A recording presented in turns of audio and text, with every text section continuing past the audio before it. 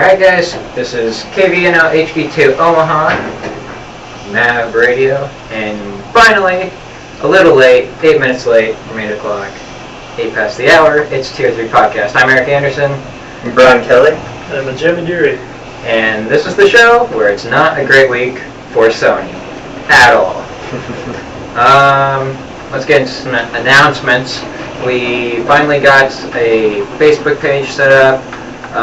We have a Twitter page. We have YouTube. The only thing we don't have is Google Plus, and we're not getting into it. We talked about that last week, how they're losing people fast on that social network. But yeah, we've got a Facebook page. Just search for Tier 3. All our shows that are live, since I don't know if anyone's actually listening to us live, but they are recorded and put on YouTube. I do that, so you can search for Tier 3 Podcast on YouTube and listen to all our live shows, because we know you love to hear our voices. Yep. Alright, so this was kind of rushed together. That's why we're late. Last minute stuff. It's fall break for us. Yep, fall break. It is still fall break. I feel very bad about being on campus right now on fall break. It's a weird feeling. Indeed, everything is closed and it's all empty. Yep, we are in a very dark room right now. Except for us. The radio doesn't stop. We are the only light on campus. Alright. Alright, so no story of the week because this was all rushed together. So we're just going to get into some news. And as the title might assume, the show where it's not a great week for Sony, we have Sony news. And the Sony PlayStation Network was hacked again. Not too surprising, I would say. As the Gizmodo headline puts it, an important message from Sony's Chief Information Security Officer. Oh God, no, it's happening again. That's an actual quote? Yep. That's great. Yeah, the PlayStation Network was hacked again, although it's not nearly as bad as last time. You guys remember last time? Oh yeah. Last time about a few million users, all credit card information gone. Yeah. This time I think it's better. This time it's a little bit better if getting your information stolen can be better. No credit card information was taken. That's good. That's good. And they think, I haven't heard of any North American accounts being compromised. I think it was all across the pond. But if your account was hacked, they sent you a letter so they know. They're apologizing. They want to get down on their knees for you. They have been apologizing a lot. Well, yeah. I mean, a lot of people are like, okay, my account was hacked once. This will probably never happen again. But oh no, it to hear about the second wave of it, they're just going to lose a lot of customers. Yeah, I've seen a couple of quotes around the internet. One of my favorites is "better safe than Sony." Yeah, I've seen that one around a few times. I thought that was pretty good. Sony believes approximately 93,000 accounts, 33,000 in Europe, have been compromised. That's not bad. So comparatively. Yeah, comparatively, since for the last time, not nearly as bad. But say the credit card data is safe, and they will refund anyone should they find evidence of suspicious activities. So That's good. Sony, that's not all. Not a good week for Sony. Yeah, their TVs are also seemingly melting. 1.6 million Bravias Sony recalled because they're worried plasmas? that I honestly don't know if they're plasmas or possibly. Yeah, because they were known for their plasma TVs a while ago, but I heard that they were having a lot of the burnout issues, and now this. They're literally catching on fire and melting. That would be exciting. Sitting in the in front of the TV watching a football It game. looks so great. It looks like that burnt building is actually on fire. Oops, the TV's on fire. Oh man. Yep. I wouldn't want to be in that room. The model numbers appear to be between 2007 and 2008 is when they were sold. It's a Bravia TV, 1.6 million of them. And here's the quote from Sony. A faulty component in the backlight systems may be the source of overheating that can melt the top of the television. The same transformer is used in the 5 Bravia models in Japan being recalled. Jeez, that's important thing to note right now is there's no incidents outside of Japan that Sony knows of. Okay. So if you have a TV, just be careful, especially a plasma Sony. Sony Bravia. Yep. Yep. Make If it sure. catches on fire, make sure to have a fire hydrant on the side. Don't leave them on overnight. I Yes. think is what. Probably a good idea. It Yeah. starts melting and your living room is on fire. When you're watching the TV, actually watch the TV.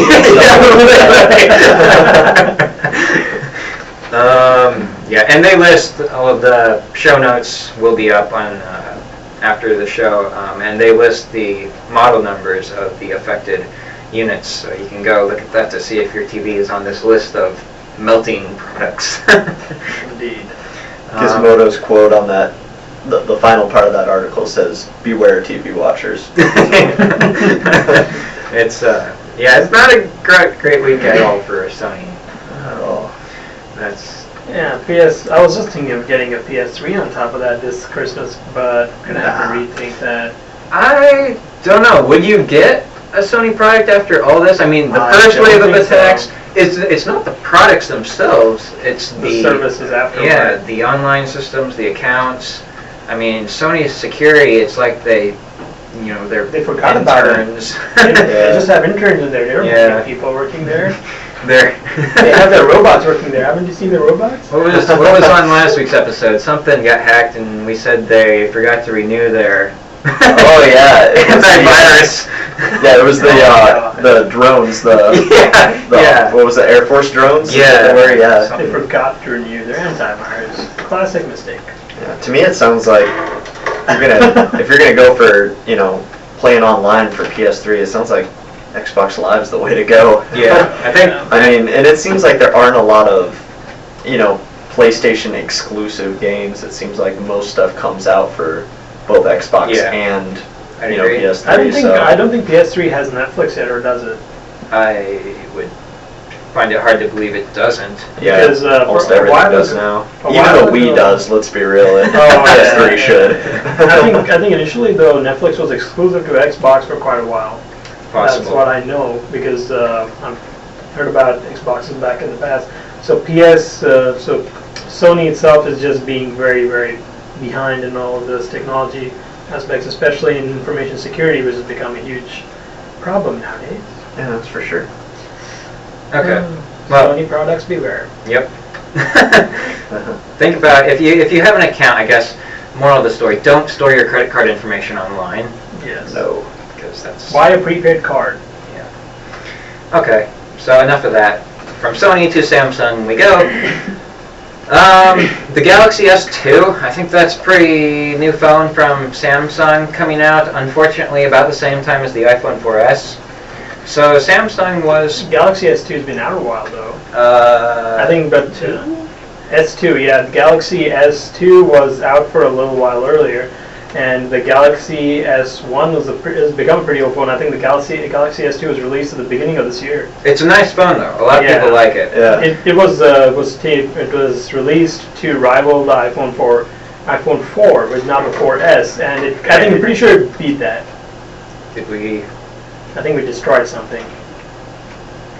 I think we... okay, there we go. Oh, there. Something happened to the audio. All right. We're Eric in did and it out. again. We're still on the air though. We're back. so- We're good. as long as that thing's going. Yeah. Okay, so the Galaxy S2, yeah, nice phone, a lot of people like it. And Samsung was kind of worried about this iPhone 4S thing. So what they did at the Samsung store, about a block down from the Apple store, they started selling. It's a connection issue right here. We're still on the air. Sorry, we have technical difficulties. But Samsung opened up a store just down from they started selling these Galaxy S2s for $2 right down the street from the iPhone 4S. Probably just to show people how much better the Galaxy S2 The is. thing was, they were only giving them to like the first 10 people in line. So Oh, don't wow. go there. Don't go. And Yeah, the so first 10 people who queued up each day got the Galaxy S2 for $2. The thing is, this Wow. line was huge, which I don't understand because Yeah, why why are would you you wait in waiting line exactly after the 10th person? Yeah. I don't understand, but evidently people thought they could maybe somehow get one. I think riots would make more sense than people Yeah. doing that. Yeah. Phones. Ford, they did it, let's see. Oh, Samsung pop-up. Okay, it was a longer line than what was down there for the iPhone 4S. Ooh. I guess mission accomplished then. Mission accomplished. Yeah. That's pretty crazy. So I thought that was interesting. Yeah, especially as new as the 4S is. Okay. It's surprising because the Galaxy S2 has been out for about 6 months and it's just been bought over by, or is just being contracted by, I think Sprint, who was the last person, and I saw it on their website where they're offering it with their latest 4G network and all that, and I think that's one of the last phones that you're going to have the unlimited plans, because we all hear that Sprint may be... It's getting very hard to find unlimited plans. Indeed, so that may be the last phone, and it was considered as it's considered better than the iPhone 4, and is probably almost as good, if not better, than 4S. But the 4S, I have to say a few good new things, but Samsung's doing pretty well. Samsung is. Apple always announces new features, and the fact that they announce big new features that they really push into your face, and a lot of people, that's all they see, so that's all they're going to buy. Yeah. Plus the fact that it's Apple. Mm-hmm. And I think that alone gives them long lines. Exactly. For sure. The only sad part, I believe, is that I would have liked to see the Samsung Galaxy S2 with the Verizon network. That would have been a lot better. That would have made it a much better competitor in the market, I think. What is it on now? It's on Sprint only, Sprint. I think. Yeah. Okay. Otherwise, you can get a non-contract phone full price and put a AT&T SIM card or something like that too. Mm. But at this point, it's in Sprint only. So and iPhone 4S is in Verizon, which gives it a pretty big advantage over even AT&T now. I do not follow cell phone very much at all. Yeah, me neither. The only thing, I follow the iPhone because it's Apple and I enjoy following Apple news. Other than that, I do not follow cell phones. Yeah, I don't know. I find it hard to buy a data plan.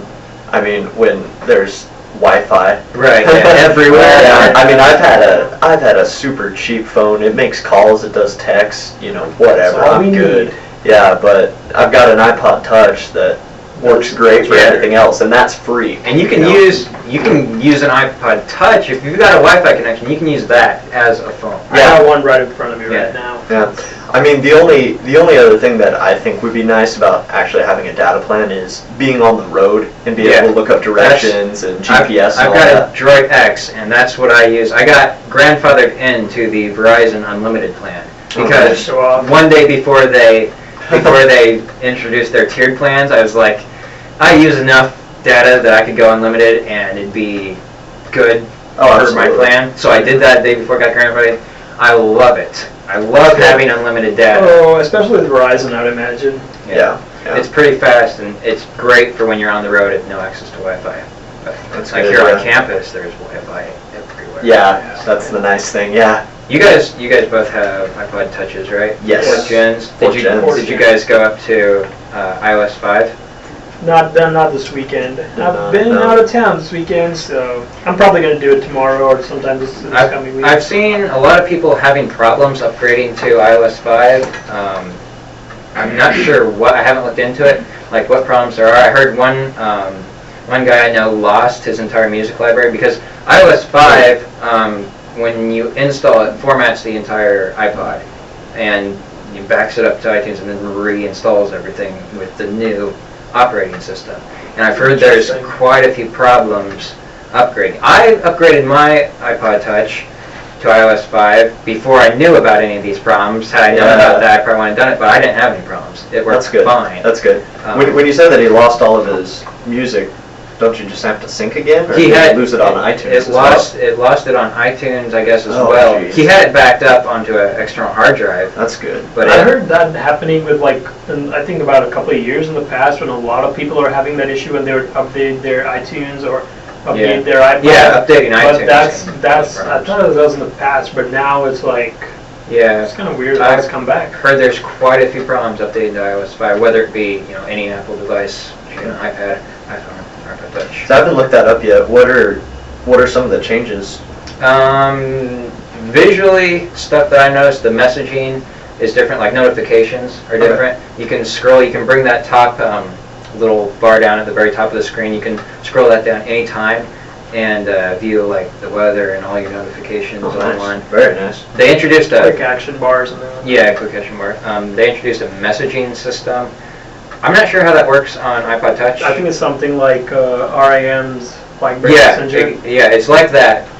Only this one works. Oh yeah, we can maybe we should go into that. That's our next subject. Yeah, segue into RIM.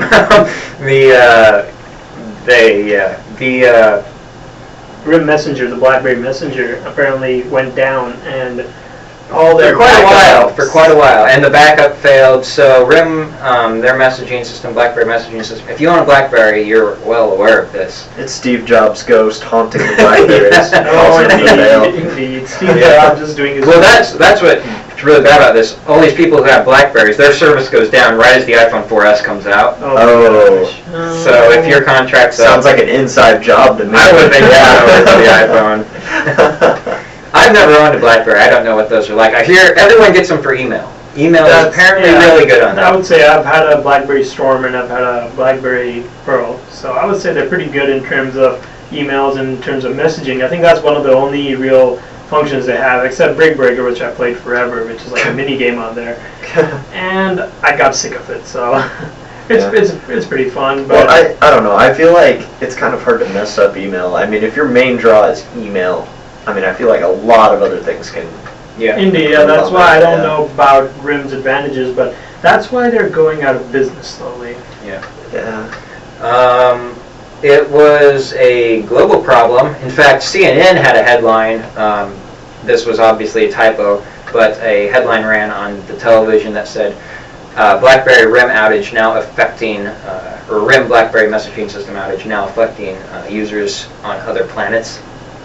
That was the honestly, there's screenshots of it online. I'll put it up in the show notes. Little subtext at the bottom of the screen, now affecting other planets. So this was big. This was really big. Yeah, apparently. And exciting. Next time you're on Mars, just remember, this may happen to you. Yeah, don't try to message anyone with your BlackBerry while you're there. But if their service is out from other planets, when it comes back in, it's got to be pretty dang good. It's got to be pretty good service if they've figured out a way to have service on other planets when Verizon can't get service to where I live. Oh boy. Jeez. So anyway, that's surprising that you can't get Verizon. I thought you where you're could. from. I got Verizon pretty well in Hastings. It's real spotty where I'm at though, because I'm out in the country. They just don't like your. I can't get AT&T at all. They don't like. Yeah, I was about to say, if you can't get Verizon, you're definitely not going to get That's why I don't have an iPhone. That's why I have. There was once I went to a Husker game and the Verizon guy with the glasses, the "Can you hear me now" guy, he actually came out on the field like as a guest, and at the time I had no service at all because no one gets any service in Memorial Stadium. Yeah, exactly. So I'm yelling at him like, "I can't hear you now. My phone doesn't work. You are here, and my Verizon phone doesn't work." That's horrible. There's no service in Memorial Stadium at all. That's No, weird, not at all. I've never been to Memorial Stadium, so I do not know. There was one good thing that came out of the RIM BlackBerry outage, though. And this can be attributed to a number of things, but in Dubai, the police have a theory as to why there weren't nearly as many car accidents the past week, and they are attributing this to the BlackBerry service outage. People weren't texting while driving; they were actually paying attention to the road. Yes. Yeah, that's from Slashdot. That's a real claim. The police in Dubai think less car accidents because of the outage. Because that is BlackBerry great. failed. I love that they have that. That's great. So they took down their entire system and saved lives while doing it. All right. All right. So what are we going to talk about next, guys? I don't know. Death of point and shoot. I had that. Oh, okay. Yeah, the iPhone 4S camera. I've had just about enough iPhone news, but we'll go into this because the camera is one of the big upgrades on the 4S. Maybe the faster pictures, better. Everything is better about this camera, and it shoots amazing quality. Gizmodo again had a video up comparing The iPhone 4S shots to a Canon, I think it was an EOS, 5D Mark II. Excellent camera. I'm kind of a photography buff. This camera is super great. Wow. Like if I went to DSLR, that's what I'd be getting. I really want this camera. It shoots crazy good video, takes crazy good pictures. Does it take HD video? Yeah. Wow. But I think the iPhone 4S, doesn't that shoot 1080p now? It does, for videos it's supposed to. Yeah, and they compared the iPhone 4S to the Canon EOS 5D Mark II, and you can tell a little difference, not much. When compared side by side, same video, the DSLR is obviously still better, but the iPhone 4S comes pretty close, which is crazy. Point and shoots, these point and shoot cameras that everybody used to carry around, I still have one. Oh, yeah. They're out of style fast. Yeah, everyone's got phones on their cameras now, and those cameras are getting really good. Cameras on their phones. This is a camera, and it's got a phone on it. Yeah, phone's on the camera with a phone. Yeah. Oh, that's interesting. I gotta buy one of those. But it's crazy. No one's gonna have these point and shoot cameras anymore. It's all gonna be just take out your phone and shoot video, Unless you're a pro photographers, they'll always have the DSLRs. Yeah. I love my little point and shoot. I absolutely love it. It takes really good pictures. It still takes better quality than my Droid camera does. That's like 8 megapixels. It shoots 720p, I think, video. The video on the Droid X's is better than the picture quality by far. Yeah. But I thought that was interesting that the iPhone 4S camera was that good. I mean, they really pushed that on stage at the keynote when they launched or announced the iPhone 4S. And a lot of people were really excited about that. I just didn't realize it was going to be this good. Definitely, yeah. Seems I mean, like the smaller you make these, the more things you can put them in. I mean, put in them? Yep. Apparently I'm catching all the grammatical errors today. I'm sorry about that. Phones now come with cameras. Exactly. Cameras now come with phones. Whatever that is. Whatever, yeah. Alright, you don't need to worry about it. We're on a show together last minute. It's late. Still fall break. Yes. I don't have to think right now. Think not until the morning. Okay, so follow up. When was it? Was it last week that we did the drone thing? Yep. So the drones, the Air Force drones got infected by a virus, malware virus. It was a keylogger. These hackers were reading every single move our drones were making in the air over Afghanistan and other isolated or high security areas. And we have an update on that. The Air Force actually found out about it. We reported about it from an article we found in Wired. They've got, what's the name of that room called where they report this stuff from? The Danger Room, Wired's Danger Room. Yeah. Oh. Turns out the Air Force learned about it from Wired's Danger Room. Impressive. The Air Force is doing really well, isn't it? That's scary to me. All these drones, the Air Force has these drones up flying around, they're infected with malware. They don't know about it. Wired somehow does. How does Wired know about this and the Air Force doesn't? It makes me question what else Wired knows. Where have those drones been? Okay, here's a source. Here's a quote again from Wired's Danger Room, because they followed up on this article as we did. Here's a quote from a source involved with Air Force network operations. It was not highlighted to us. When your article came out, it was like, what is this? Can you imagine their reaction when they just open up a copy of Wired and they look at this article? Wait, I live here. It's like, what in the world is this? Who told me? Yeah, that's interesting. No one told me. That's pretty scary. Yeah, indeed. You're sitting on your computer and all of a sudden you browse on the Wired. You're sitting in front of the computers that basically fly the drones. And then you just browse off. You open up a new tab. Yeah. You got Wired. Wait a minute. What is this? Oh no. That's gotta suck. Okay.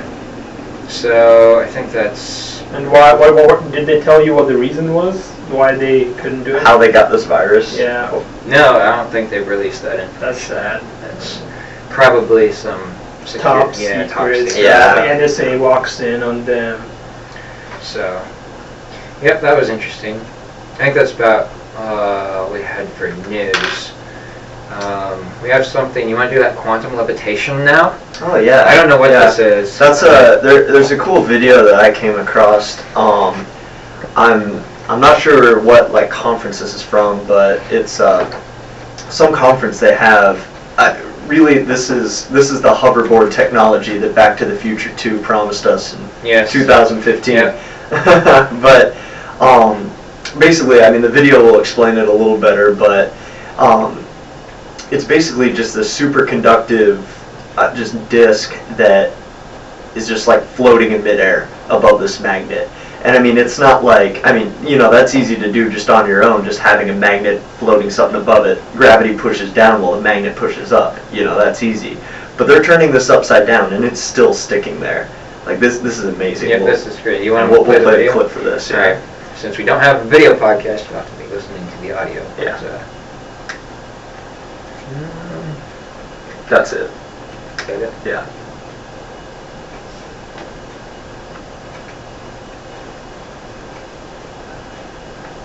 So he's got a, what is that? I don't think they ever said what it is. It's probably some certain metal, but...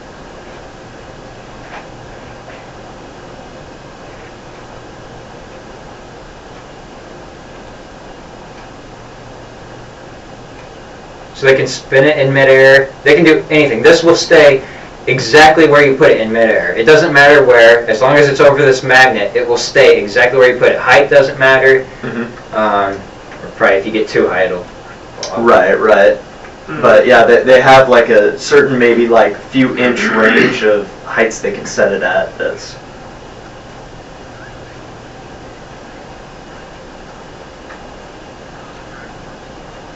Okay, so they've got this magnetic track.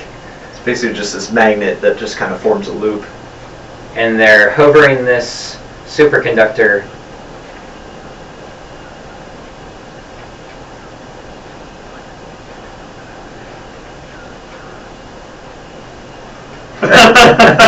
we will put the link to the YouTube video. Oh yeah, in the show notes. You have to see this, yeah. It is pretty crazy.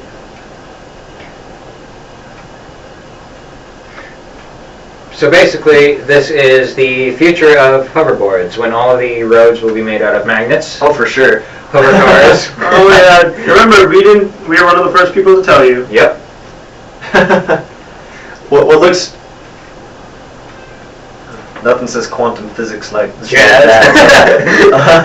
But what's really cool about this is this disc was frozen with like liquid nitrogen or something, but so it's got that smoke coming off of it. As it's going around the track, there's just this trail of smoke behind it, so that looks really cool. Not only is it cool technology, it looks cool. Yeah, so check that out in the show notes. Imagine all our future cars are like that, and they're all hovering, and they've all got just a little smoke. Oh yeah, that'll look great. Oh yeah, just roll in with that nice hot car.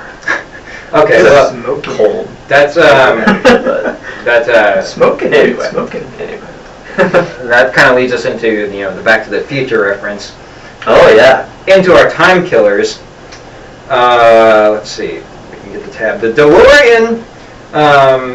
DeLorean Motor Company. They've produced DeLoreans for a long time now. That's basically what all they do is they reconstruct, DeLoreans out of original parts. They have a huge stockpile of original parts for this car. Good. And they're going to use them because that's impressive. Slated for 2013, DeLorean Motor Company is working on an electric car startup with the company Epic EV to put an all-electric DMC-12 into production by 2013. It doesn't run on trash though. No, it doesn't. That's sad. Yeah.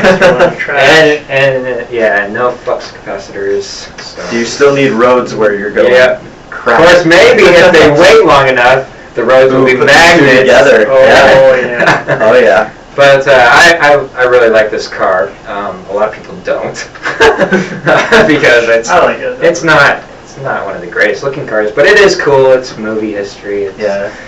It's got that appeal to it. Yeah. The And who ends, doesn't like a car with doors that open? that up? exactly, Yeah. rolling doors, awesome. If I could have those on my truck, I would. The inside is pretty nice too. They've got, it's the original body, looks like the original body. The inside is modern. They've got GPS on the inside. From the way the picture looks, they've got an iPhone dock in there. So it's really cool the way they do this, and I'll be looking forward to seeing these on the streets in 2013. Absolutely. Yep. You may own one. That would be. I doubt I'll own one. I won't own one, but yeah, if I see one, I'll definitely be taking a picture. Absolutely. Let's see what else. No specs on it yet. Not all that powerful. 200 horsepower plus. It is electric too. So. Yeah, electric. So. Sure, it's low on gigawatts right now, but the companies have 2 years to get that sorted out. Yep. That's funny. Doesn't need to go back in time though. No. So. Okay. Don't need any plutonium for this. Indeed. I think this is the most Back to the Future references there's ever been in a radio. That's right. Okay, so what else do we have for time killers? Rubik's Cube. I think the what's the current or the last world record? I think it was 13 moves. It was seconds. number of seconds. Yeah. The previous record for solving a Rubik's Cube was 5.66 seconds, held by some Australian dude. I'm not even going to try and pronounce that name. Felix Zendigs. All right. And as Giz puts it, it was one of the last remaining tactical advantages mankind held over machines, and it's gone. Because the machine, a machine by Mike Dobson and David Gilday. It's called the Cube Stormer 2. Awesome. It solves the Rubik's Cube in 5.352 seconds. Again, there's a video on this. We'll put it on the show notes. It is crazy how fast this thing solves it.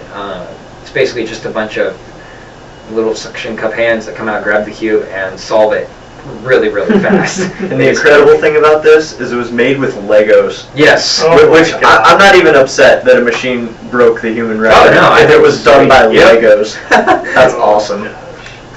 Yeah, this is the Cube Stormer. Sweet name. Oh, absolutely. Sweet name. Yep. Let's see. It's good stuff. We have that Box.com story.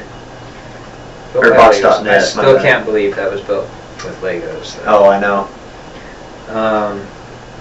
Oh yeah. Okay, we'll leave that toward the end. Hacker dude. Hacker computes pi to 10 trillion digits. This is just lame. He was a software programmer.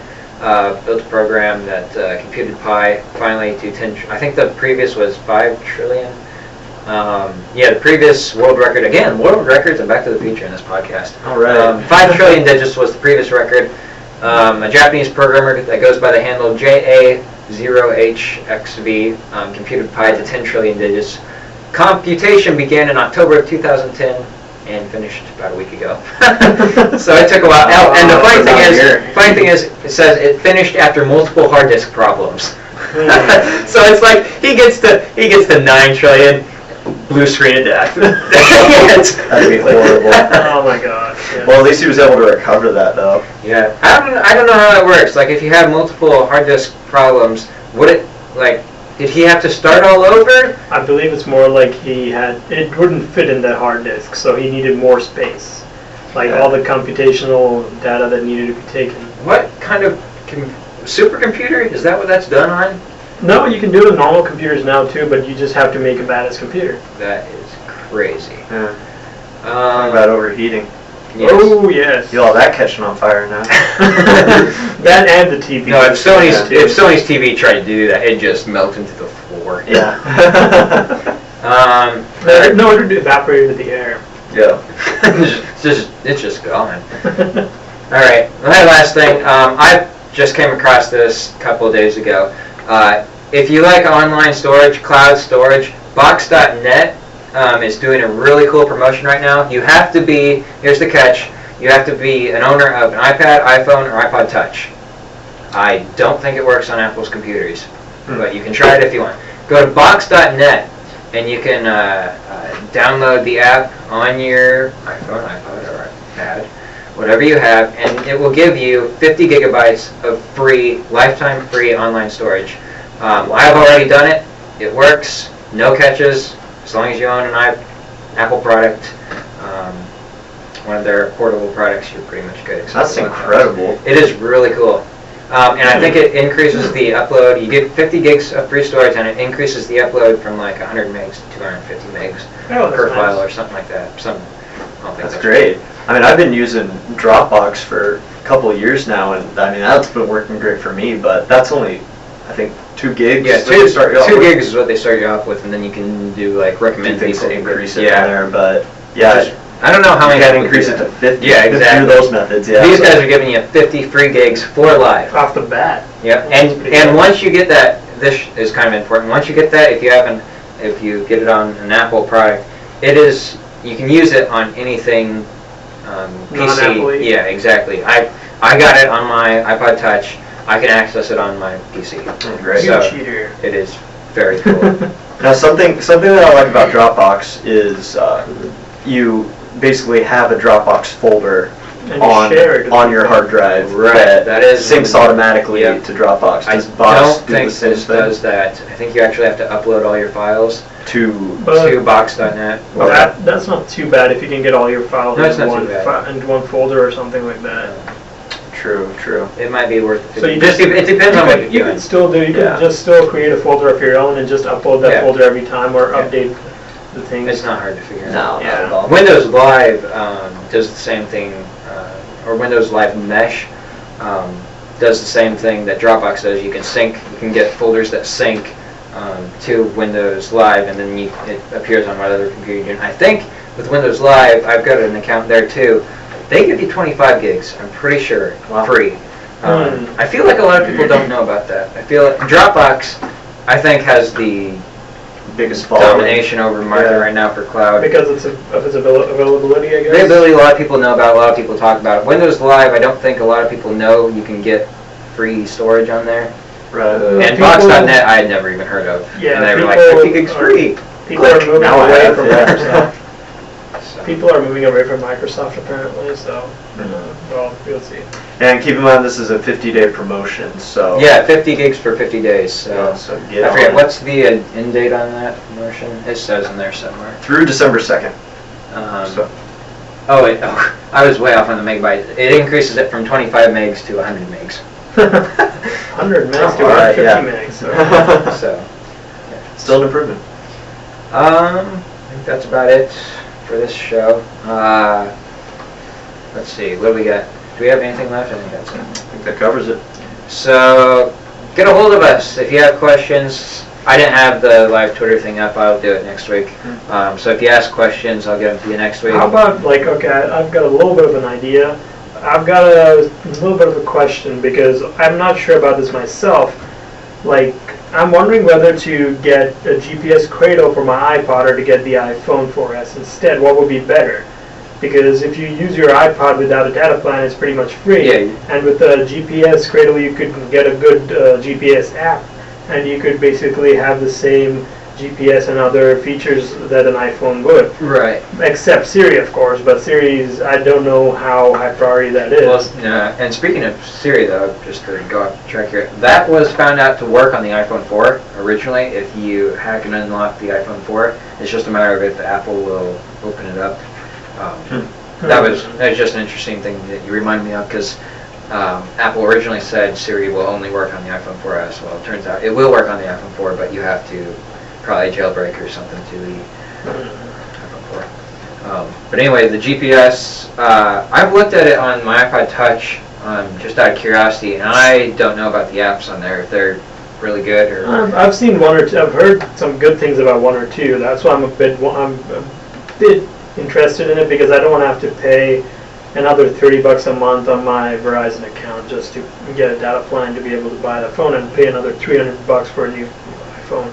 Right. And so technically paying like $70 for the cradle and like another $30 or so for an app would be much better. But I see how that would be beneficial for you. I just don't know how good they work on the That's the iPod. only thing I'm concerned about, because even the GPS cradle itself is, people are saying there's some issues for it for the iPod 4. And so, and if there are any viewers, Well, there's probably. I would like to hear like some Yeah. feedback, possibly on Yeah. our Twitter page, Facebook page, or on our YouTube page. Thank you, guys. And email. There's no shortage of ways to get. Absolutely. And if you have any stories you want us to cover, any Yeah, we would love to you cover want us them. to share, yeah, Just a bit of definitely feedback Share would be those nice. with us, yeah, for sure. The GPS, I have a Droid X, and like I've said that a couple times already now. The navigation on that, it comes with navigation free. That's free, navigation. as long as you have a data plan. I mean, you can use it without one, but I'm pretty sure it'd be pretty expensive. But it works crazy good. It is really good. I've got a Garmin as well, because I had that before I got my Droid X. It works just as good as the Garmin. So I'm thinking the iPhone 4, phone-wise, just because it's got an actual data connection, probably would work better than the iPod Touch. I would kind of agree because you get instant map updates and stuff, but Plus you Plus- need to do the maps, if you get the app on the iPod Touch, the maps are all on board, and okay. then maps would update every time So you wouldn't need a data you wouldn't really need a data plan. or That's- Wi-Fi. You wouldn't need to. You wouldn't need a Wi-Fi. That's what I'm concerned about. The cost difference, is the cost really worth the effort?